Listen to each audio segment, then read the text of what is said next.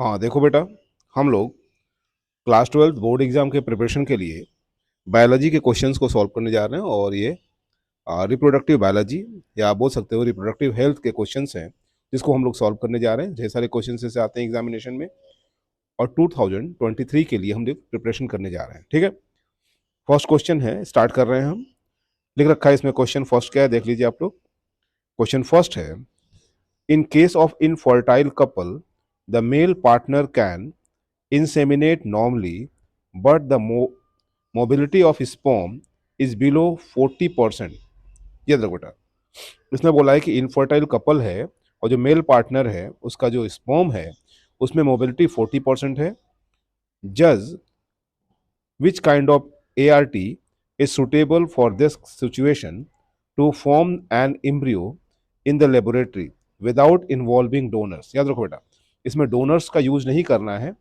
Lab में कौन सी ऐसी टेक्निक यूज करेंगे जिसके थ्रू इनके बच्चे पैदा हो सके, ठीक है, संतान पैदा हो सके, कंसीव कर सके वो। ठीक है, इसका आंसर दिया हुआ है, क्या लिख रखा है? तो आंसर इसका बेटा इंट्रासाइटोप्लाज्मिक स्पर्म इंजेक्शन। क्लियर सा आंसर है, याद रखो बेटा। क्वेश्चन को फिर से देख लीजिएगा, इंट्रासाइटोप्लाज्मिक स्पर्म इंजेक्शन। आप शॉर्टकट में नहीं जाओगे, केवल ICSI नहीं लिखोगे, ठीक है, गलत हो जाएगा। आप फुल आंसर लिखोगे। क्लियर? बच्चे कॉमनली एरर क्या करते हैं, नीचे लिखा हुआ है, student often right abbreviation like ICSI, this में डिड्यूट योर मार्क्स। ठीक है बेटा, दिस में deduct your marks, so always right expanded form. याद रखो बेटा, आपको हमेशा आंसर को एक्सपेंड करके लिखना है, शॉर्ट में नहीं लिखना है। नेक्स्ट क्वेश्चन है बेटा, देखो, government of India has raise the marriageable age. Government of India ने शादी योग्य जो उम्र है उसको बढ़ा दिया है, of female to 18 year and male 21 year. ठीक है, suggest any two more measures adopted by government of the purpose. याद रखो बेटा, कोई और दो मेजर्स हैं, ठीक है, गवर्नमेंट ने ऐसा क्यों किया है, आप कुछ और सजेस्ट कर सकते हैं तो बताइए। ठीक है, इसमें लिख रखा है, incentive should be given to couple with small families. याद रखो बेटा, उन फैमिलीज को गवर्नमेंट को इंसेंटिव देना चाहिए, जो छोटी फैमिलीज हैं, ठीक है, कम बच्चे हैं, कम परिवार है, उसको इंसेंटिव देना चाहिए जिससे वो प्रमोट होगा।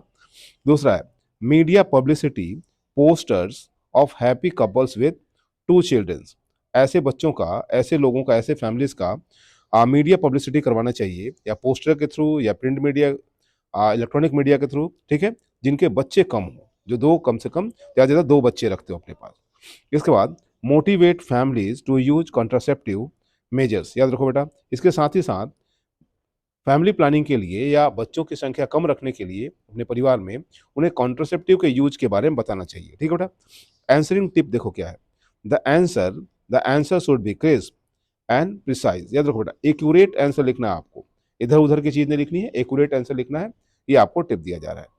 नेक्स्ट है, name IUDs, name an IUDs that you would recommended to promote the cervix hospitality of the sperm. याद रखो बेटा, हॉस्टिलिटी ऑफ द स्पर्म। याद रखो बेटा, कौन सा ऐसा IUDs होगा जो सर्विक्स में ही, ठीक है, स्पर्म को रोक दे।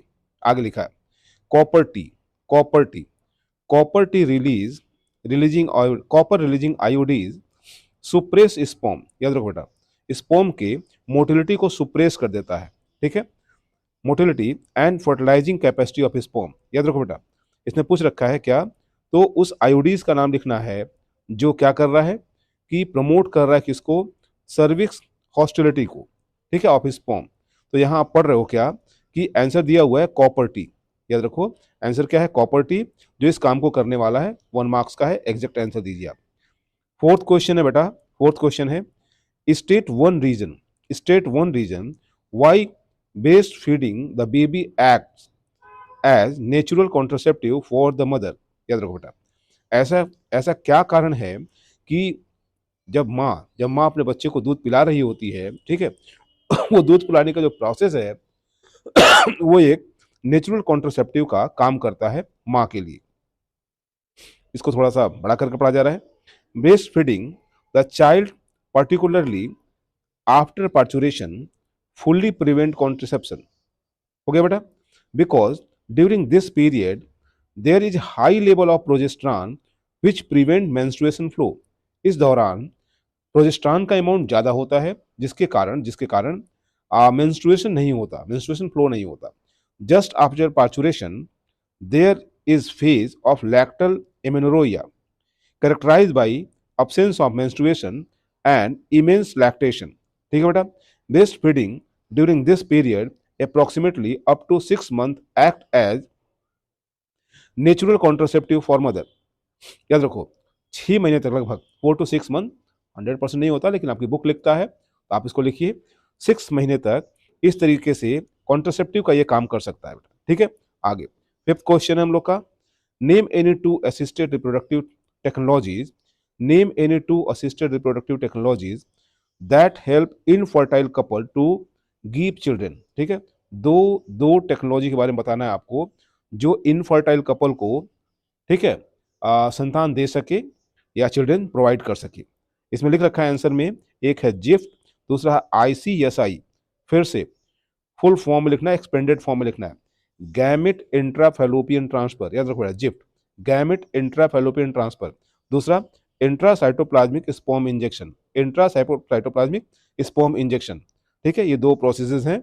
आगे लिखा हुआ है फिर से same, avoiding writing of abbreviated form, sometime there is no marks for abbreviation. याद रखो बेटा, आपको कोई मार्क्स नहीं देगा टीचर अगर आपने शॉर्ट फॉर्म में लिखा तो। नेक्स्ट हेडिंग बेटा, नेक्स्ट क्वेश्चन है, mention one positive and one negative application of amniocentesis. याद रखो बेटा, एमनियोसेंटेसिस के बारे में आपको एक पॉजिटिव व्यू रखना है और दूसरा नेगेटिव। आगे बेटा, the positive application of amniocentesis, it help to detect any genetically controlled congenital disease और any metabolic disorder of fetus।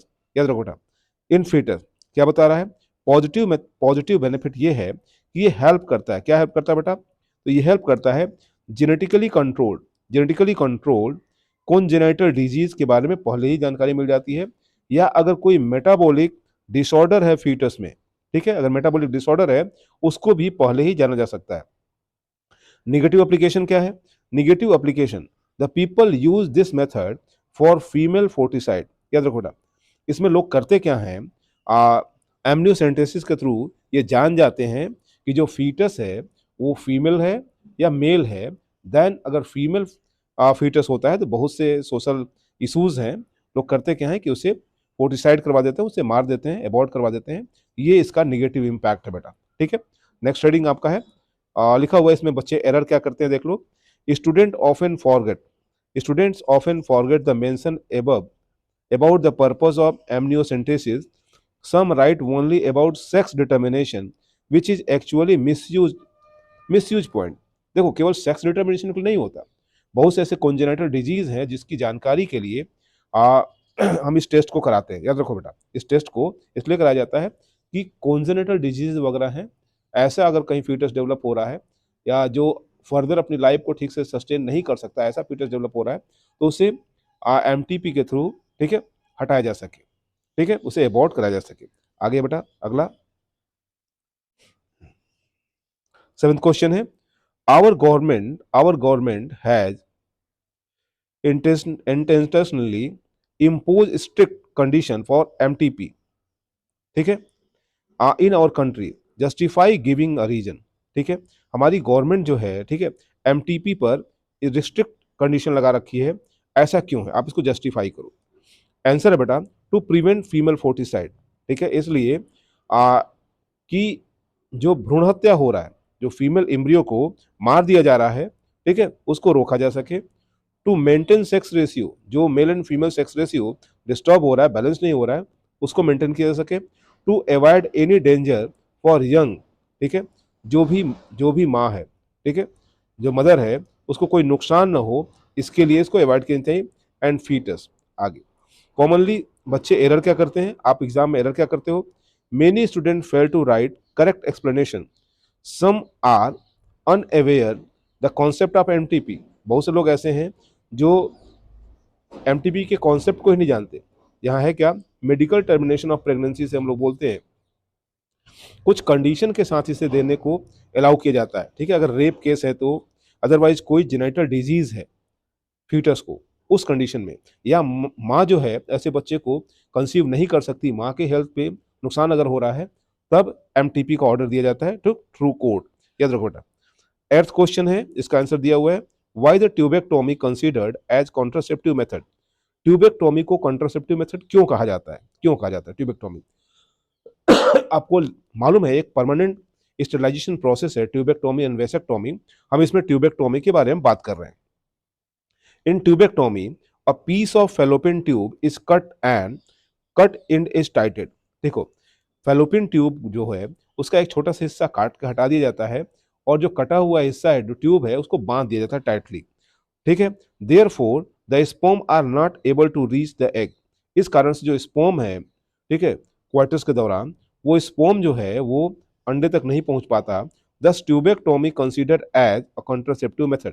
देखो, अंडे तक स्पर्म नहीं पहुंच पा रहा है, सो इसे हम लोग कॉन्ट्रासेप्टिव मेथड मानते हैं। ठीक है बेटा, 1 मार्क्स का क्वेश्चन है और 60 आंसर्स पे हम जा रहे हैं।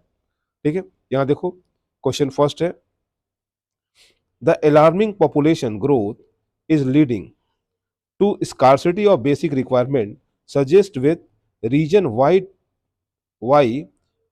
region any two population control measures other than contraception to address the situation।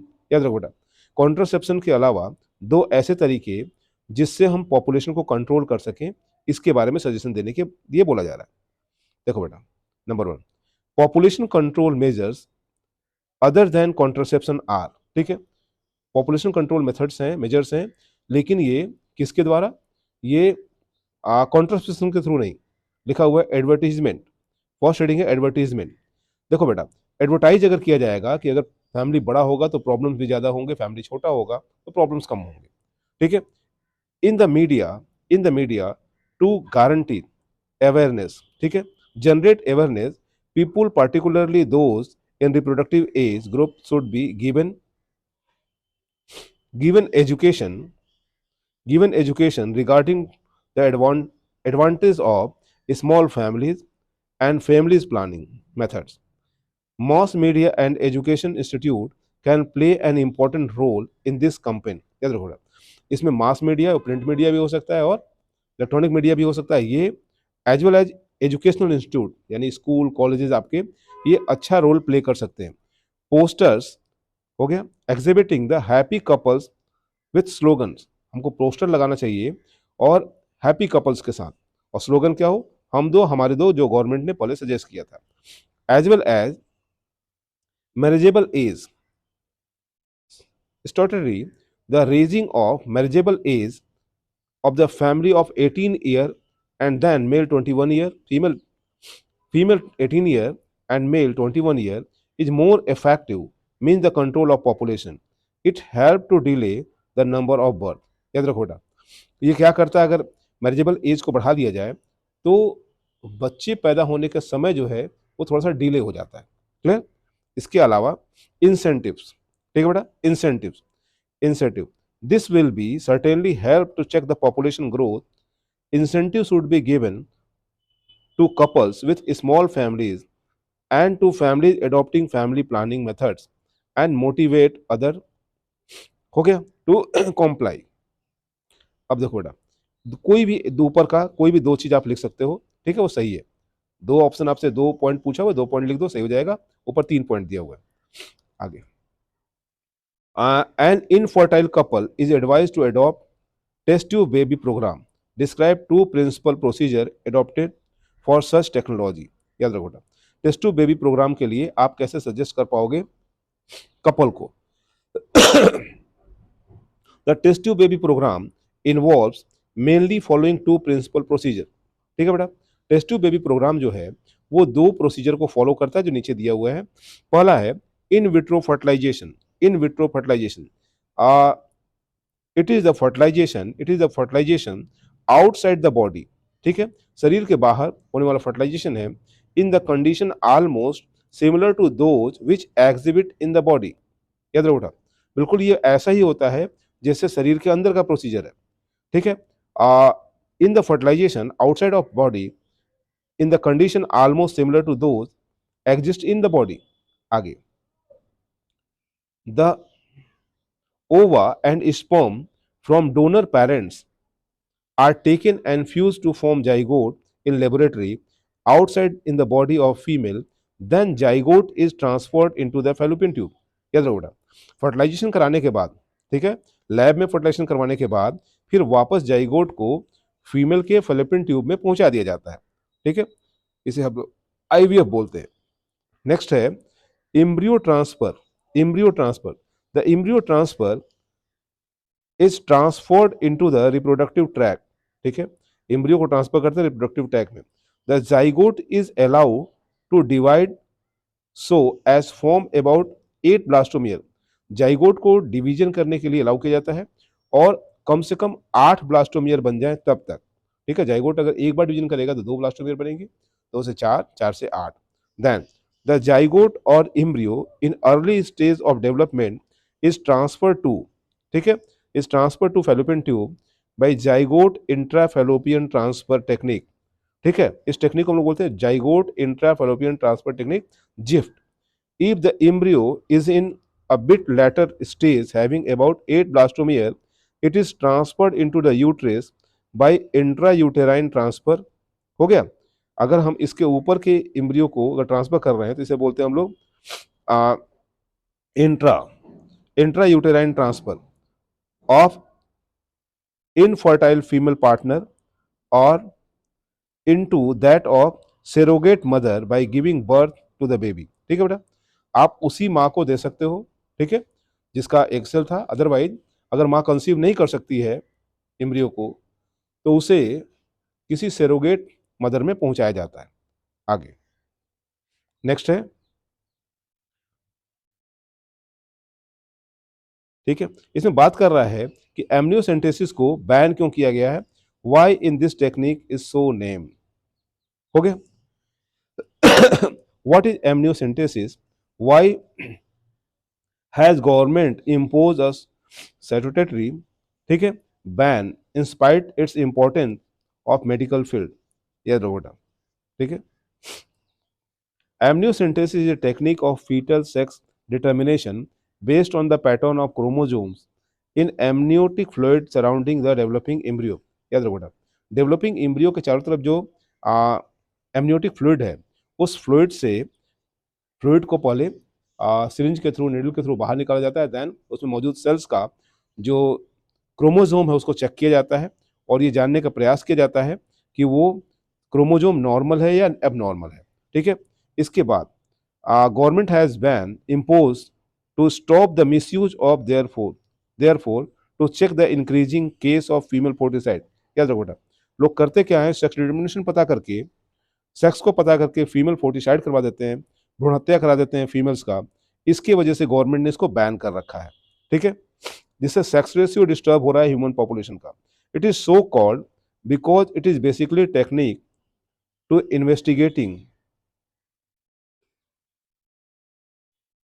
investigating genetic and metabolic disorder if any of the fetus by taking out a small quantity of amniotic fluid, ठीक है। Amniotic fluid निकाल लेते हैं थोड़ा बहुत और उससे ये जांच कर लेते हैं कि फीटस में ऐसा कोई रोग तो नहीं है, जेनेटिकल डिसऑर्डर। अब देखो स्टूडेंट क्या गलती करते हैं, many student fail to write the correct explanation, ठीक है।